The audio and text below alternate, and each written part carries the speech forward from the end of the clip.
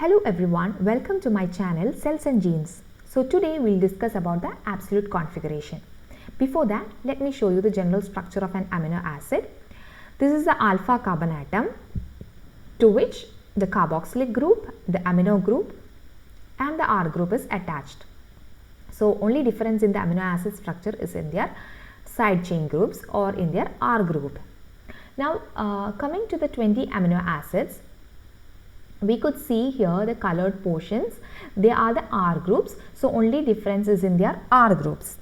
So here if we look into the structure of glycine, okay, here we have an H group and it is the simplest amino acid. So all amino acid except a glycine, they have an asymmetric carbon atom, that is the alpha carbon is attached to 4 different groups. So when we look into the structure of aniline, we can see this is the alpha carbon atom and to which they have 4 different groups attached, right? Here's the carboxylic group, amino group, this is a hydrogen and this is a CH3 group. So this carbon is known as an asymmetric carbon, okay.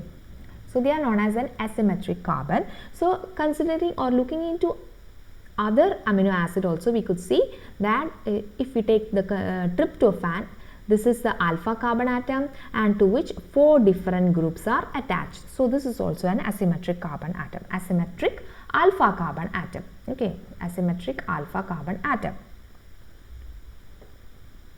So considering the case of amino acid, they have a property called chiral, okay, they are chiral molecules. What does it mean, chiral molecules? That is, they are non-superimposable mirror images. So they are called chiral molecules. They are not superimposable. They cannot be superimposed on one another. So these chiral molecules, they exist in 2 configurations. So they exist in 2 configurations and these configurations are called as enantiomers. They are called as enantiomers. Okay. So there are different systems to explain this configuration, to explain this absolute configuration of this chiral molecule. We have different systems. So here we'll explain about DL system. Okay, so we look into what it is, DL system. Okay, coming to this DL system, we have to say that this is explained or this relates the absolute configuration of alpha carbon atom of an amino acid to that of the 3 carbon aldose sugar glyceraldehyde. Okay, so we said that it should be a chiral molecule. Okay, a chiral molecule is that in the case of carbon or in case of amino acid, it should be attached to 4 different groups of or it should be attached to 4 different groups. So then we say that it is a chiral molecule, and a chiral molecule is having an asymmetric alpha carbon. It should have 4 different groups should be attached.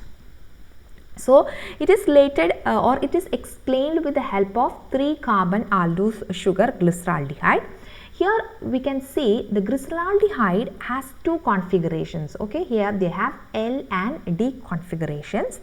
So this hydroxyl group, considering the hydroxyl group, okay, so the hydroxyl group, it is attached to the chiral carbon. Here this C or the carbon is attached to the chiral, this hydroxyl group is attached to the chiral carbon. What is chiral carbon? Chiral carbon is a carbon where 4 different molecules are attached, or it's an asymmetric alpha carbon. So when the hydroxyl group is on the right, okay, when the hydroxyl group is on the right, it is designated with D-glyceraldehyde, and when the hydroxyl group is on the left, it is designated as L-glyceraldehyde. Okay, so for all chiral amino acids, we have the same configuration of this amino acid. Now we go into the case of amino acids. For it is same for all chiral alpha amino acids.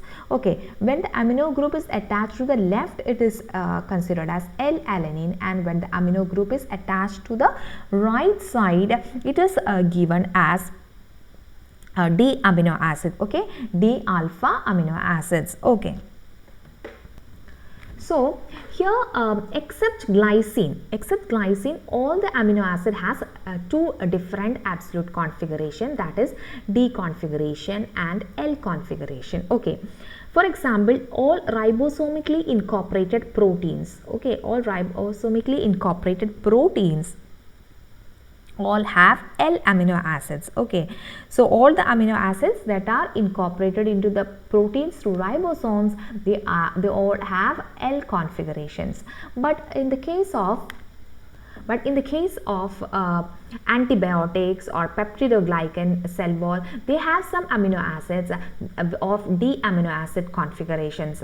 They are not found in ribosomically synthesized proteins. And now some amino acids, they have two chiral centers. They are isoleucine and threonine. You can see from the picture here, this is alpha carbon atom which is attached to 4 different groups, and this is the another carbon atom in the same amino acid with 4 different groups. So we could say that isoleucine have 2 chiral centers.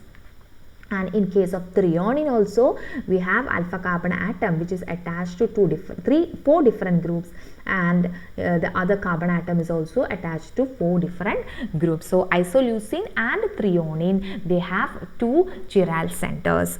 So this is the end of today's class. I hope you understood. If you liked my video, please hit like button and do share my video, and also don't forget to subscribe my channel for future updates. Thank you so much. Have a good day.